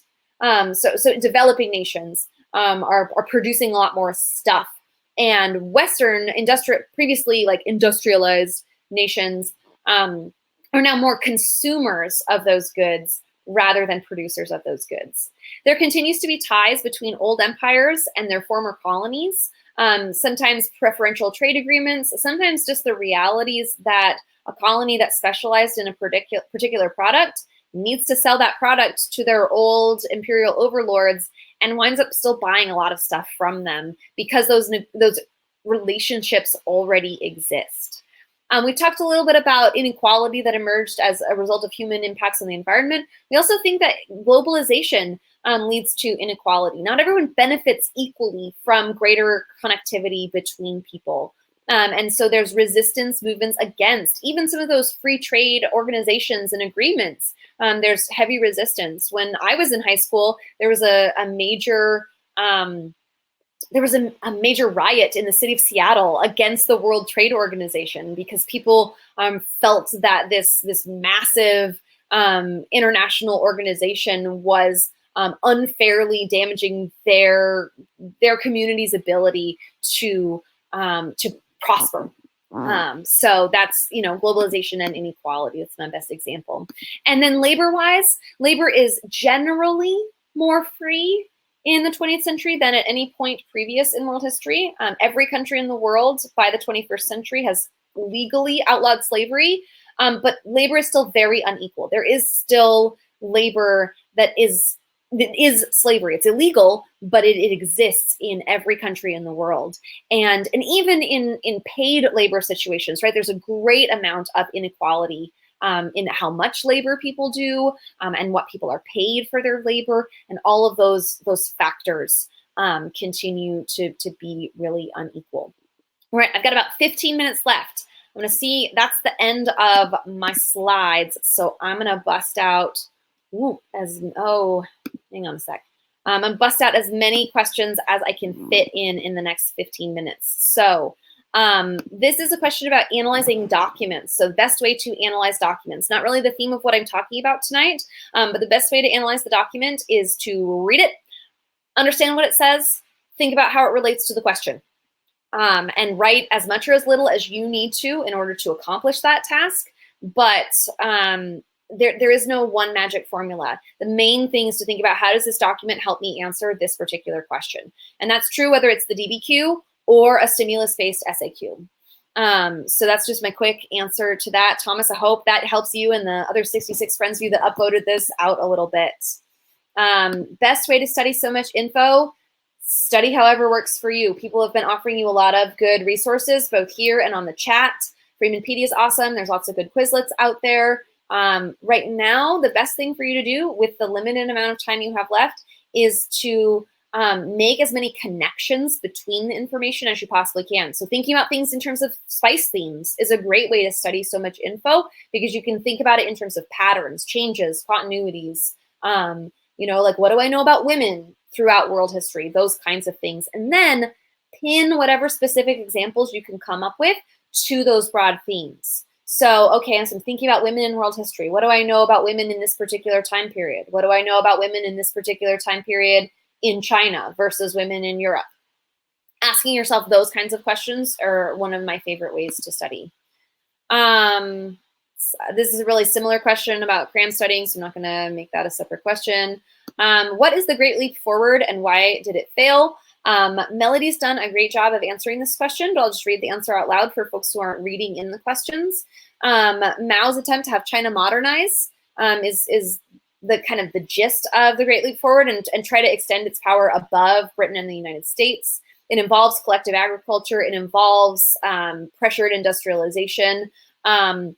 Some of the reasons why it failed did involve corruption, but some of them just also involve a lack of previous infrastructure. So when you try to create industrialization without having a system in place to make sure that enough people are going to be producing and distributing food, you wind up with mass starvation, which was one of the huge problems of the Great Leap Forward, and that prevented the plans that Mao had from being really successful. They didn't have the kind of mechanized farming in place that existed in Europe at the beginning of the Industrial Revolution. And so you pull all of these people away from farming, and suddenly there's nobody producing food and everybody's starving to death.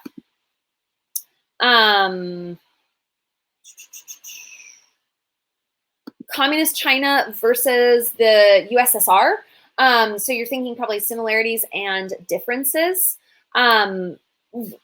Like communism, thinking about, right, the idea of collectivization, state control of resources. Those are some similarities. The differences are really rooted in culture. Russian communism comes out of Marxism, and kind of the Central and Eastern European socialist views of the 19th century. And Stalin and his unique ideas are particularly important in Russia. In China, Mao doesn't necessarily want to embrace all of the Western ideas associated with some of that stuff. So he's got a different spin on things. There's a ton of specific details that I'm sure you could delve into if you really want to. But right, big picture, what's the impact of these places? Thinking about their roles in the Cold War, thinking about the end results, right? That China really still exists under its Communist Party today, but the Soviet Union collapsed in the 1990s because of its inability to adapt and adjust and compete, and its loss of a lot of its satellite powers in Eastern Europe. Those would be a couple of differences I would think about. What are the basics we should know about the modern era, 1950s and onward? We want to think about decolonization. We want to think about changes for social changes in the second half of the 20th century. Things for this second wave of feminism that we talked about earlier in this video would be something to know about the modern era. Decolonization, I've said it twice now because it's really, really important. The end of the Cold War is a big deal for the modern era. But then also think about your own lives, right? Things that you know about the world around you in the 21st century, those are things that are true in world history. You are part of world history. So as you're thinking about the modern era, don't discount your own knowledge and your own examples for those very most modern questions. What specific technological advancements do we need to know about? It depends on the era. If we're thinking about the 20th century, we want to know about technological advances in military, in production, and in transportation and communication, for sure. So I'm not going to tell you the names of them because the names of specific technologies aren't given to us as teachers as this magical list that you have to know. But you need to know some examples of those things. You should know some military advancements for the 20th century. You should know advancements in production and fuels. So, right, use of fossil fuels, nuclear energy, those kinds of things. Um, Seeing a bunch of questions about essay stuff. Oh, here's a great question before we get to some essay stuff. Can we go over what's occurring in Latin America in these time periods? Yeah, that's an awesome one. And that's a total oversight on my part. I had some good Latin America stuff, and mostly I talked about revolutions. After independence in Latin America, we see, right, the development of independent countries. And so those are important to know about in time period 5. But we also see Latin America getting locked into the export economies that exist in Asia and in Africa because of economic pressures put on Latin America by both Europe and the United States. So even though they're technically independent, businesses and corporations within these powerful countries sought to control the governments of Latin America and influence them toward friendly trade policies. So we don't see a great deal of industrialization in Latin America. We see them mainly being resource export economies. So agricultural products, mineral products, those kinds of things. And in the 20th century, we see attempts by Latin American governments to assert greater authority and to break away from Western influences. Socialism and even leaning towards communism is very popular in parts of Latin America, which terrifies the United States, and in some cases leads to US interventions, either actively or clandestine or secretly. You'll learn more about this in US history, but attempts by the United States, some successful, some not successful, but CIA agents assassinating Latin American socialist leaders and installing military dictatorships simply to prevent the spread of communism into Latin America. As we get later, at the end of the Cold War and into the 20th and 21st centuries in Latin America, some things to think about: the continued persistence of Catholicism being really important, but Catholicism merging with ideas of liberation to create something called liberation theology that combines anti-imperial and decolonization movements with Catholic ideas, Christian ideas of social justice. And even again, a resurgence in the late 20th and early 21st century of socialist governments throughout Latin America, and governments that then take control of some of the most valuable resources. So oil producing countries in Latin America often have a government monopoly over that oil, and to purchase oil from places like Brazil or Venezuela, you have to purchase it from the government-owned companies. There aren't private companies drilling for oil in those regions. So that's a handful of stuff about Latin America in units 5 and 6. So those are some things. Hopefully they're helpful to you, Taryn, and some of your friends here in the chat. All right. Oh boy, there's a lot of like really super duper specific questions. So I think gonna do one more question, thinking about essays or SAQs, LEQ, DBQ, any of the written work that you have to do. The first thing that I would do as you're reading the prompt is to think about what the question is asking you to do. Like, what's the historical thinking skill? Are you supposed to be comparing, identifying similarities or differences? Are you supposed to be thinking about causation, cause and effect? Are you supposed to be thinking about change or continuity over time? Are you supposed to be thinking about the broader context that something is happening in? Those are all things that you should think about first. You should think about the topic. So what place in the world, what time period, what specific idea are you supposed to write about? And then you're asking me about keywords. And I think that these theme keywords can be really helpful. So like social, or cultural, right? Those are themes, but they're also keywords that show up in prompts. Political sometimes shows up, but also state building or power, imperial authority. Those are all words that would indicate political stuff. Trade, labor, those are all economic related terms. So identifying those themes, identifying those historical thinking skill words, those are all really valuable and important things to think about when you're kind of initially analyzing a prompt to write about. As you write your response, I would really think about keeping it as clear and focused on the prompt as possible. The thing I tell my students is if you do nothing else, just answer the question. Don't worry about number of sentences. Don't worry about like complex arguments. Just answer the question. In a longer written piece, answer it with a clear kind of overarching thesis statement. Your thesis statement can be multiple sentences long, but it needs to happen in your first paragraph that you are writing. You should think, how does that thesis statement connect to the broader context? That's one of the points that you can earn on the essays.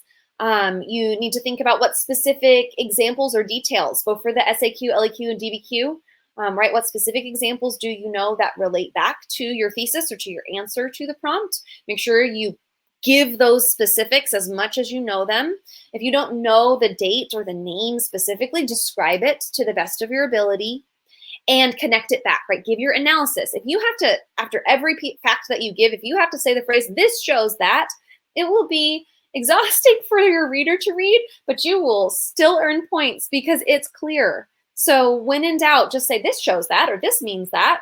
And it's not beautiful, but it's okay in a panic situation. And I also see the question that somebody's asking about, how do we gain the historical complexity point? What keywords or analysis can we do? And Caroline, there's no easy answer to that. I think that the best answer I can give as I'm wrapping up here, as you're thinking about writing, is to build a complex argument. And a complex argument can involve, right, both sides of something, if there's an argument and a counter argument, or if you can talk about similarities and differences. Those are great ways to think about it. Or even just right, thinking about explaining things as much as possible. And then you're under a time crunch, so it may not be the best, most beautiful essay you've ever written, but the complexity point comes from having a complex argument. And it is 1 point on the rubric. So again, my best advice, even with a complex argument, is to think about answering the prompt. If you answer it well, even without the complexity point, you can still be very successful on these written pieces and on your AP exam as a whole. And I am just about out of time here, so I'm going to stop answering specific questions. I know you guys can keep going on in the chat even when I go off the air, at least for a little while, so feel free to keep talking to each other. I want to wish everybody out there the best of luck. For my students, best of luck to you on your final review test, but then also to everybody, best of luck on your national exam coming up this Thursday. This is a great opportunity for you to show off all of the knowledge and skills that you've developed over this year. This isn't about cramming and being perfect about everything. This is about showing what you know and being proud of that knowledge. The fact that you're here tonight says that you're a person who's working hard for this. And I hope that all of you are able to be successful at whatever level that means for you, whether it's passing or a 5. I wish you the best of luck. I think that you're all amazing, talented humans. And for those of you I know personally, I can't wait to hear how it goes for you after you take the test. So good night, everybody.